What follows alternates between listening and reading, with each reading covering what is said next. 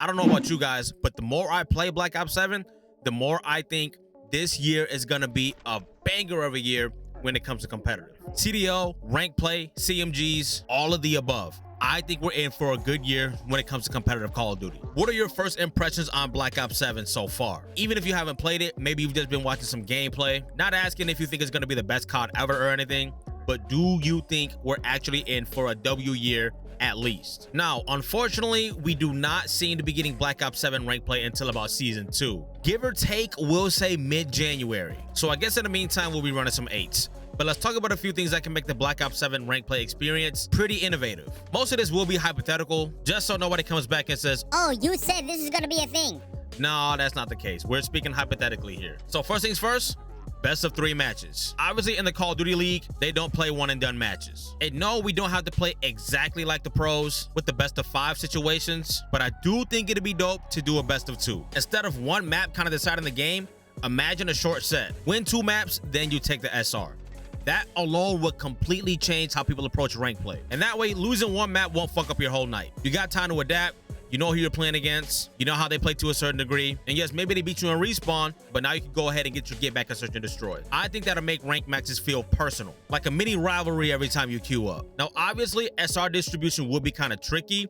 Developers will have to find a way to reward you based on total map performance, not just a final score. At least that's just what I think. But in all honesty, man, I think it could be pulled off. But keep it a stack though. Would you rather play 3 quick maps that actually feel competitive, or one map that kind of feels like a coin flip? Let us know down below. Another thing that I think ranked has kind of lacked in the past is just some personality. You'll see someone's ranked icon, that's it. Gold, silver, platinum, crimson, whatever. But imagine if everybody had like a season stat card, like visible win-loss and KD ratios, objective averages, or hell, even something as your most dominant map. They let us see it on our loading screens. So again, I know this could be done in ranked. It's kind of like your personal career page. I think it can help give ranked a face, something to compare, flex, and even track over time. And look, I could see it right now. People will absolutely start screenshotting their stat cards like they're freaking trading cards. They'll be all over TikTok, Twitter, Instagram, if everything looks good, of course. Or maybe you take a peek at somebody's card and you want to go ahead and clown them. So it's like, oh, well, you're nasty and hardpoint, right? But you can't hold a hill to save your life. You average 3 seconds of heal time each game. I think that'd be kind of funny, but at the end of the day, it will be dope though. So let's say that person that averages like 3 seconds of heal time in every hard point, maybe they're just a straight up slayer. Certain things of that nature, I think it'll add a whole new social layer to rank play. Motivation to improve, and bragging rights that aren't just tied to SR in a freaking different colored badge with an animal on it. Now, I talked about this in the past, and it was just a tad bit controversial. I would like to see division-based rule sets. If you're bronze to maybe plat, you get a bit more wiggle room.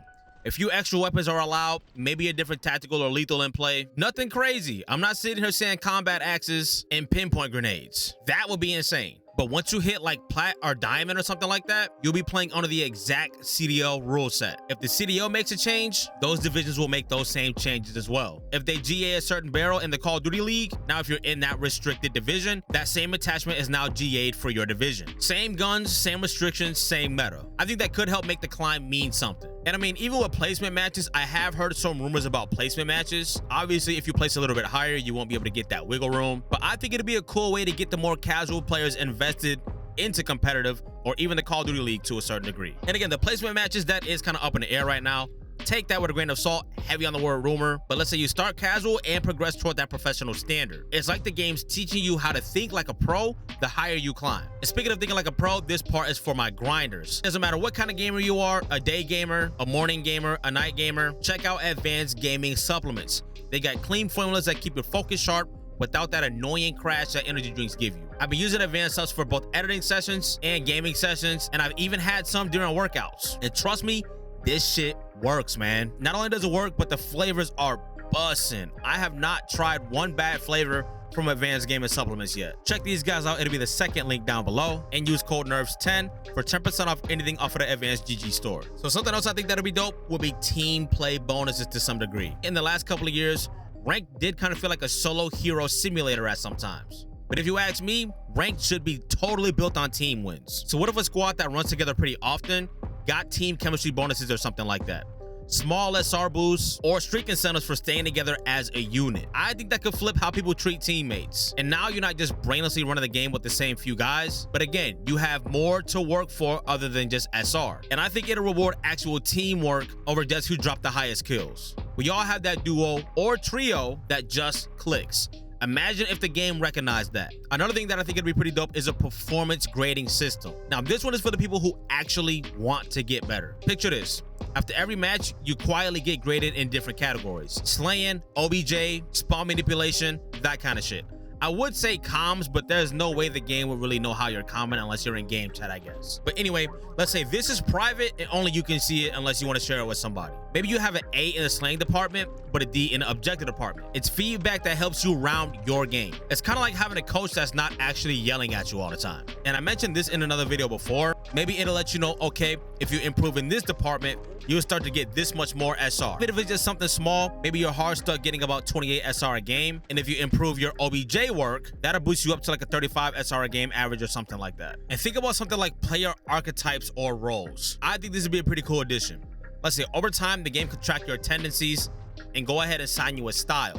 Slayer, OBJ, support, anything of that nature. You can't tell me this wouldn't be cool, bro. It's something else that will make your profile unique. And you'll have a pretty decent idea of who you're dealing with when you're loading into a match. The guy with that slaying archetype, you know he's probably going to be a headache in the kills department. The one with the extraordinary OBJ stats, maybe they're a hill kitten and you go into the game and think, okay, if we can just keep them off the time, that'll make the game this much easier for us. Not only that, I think it's another thing that can actually make your profile look pretty unique. And I think this will help make squad building a lot easier too. Maybe you got two guys that play the exact same way. Let's say you got two Slayer type subs, but you feel like you don't have enough help in the objective department.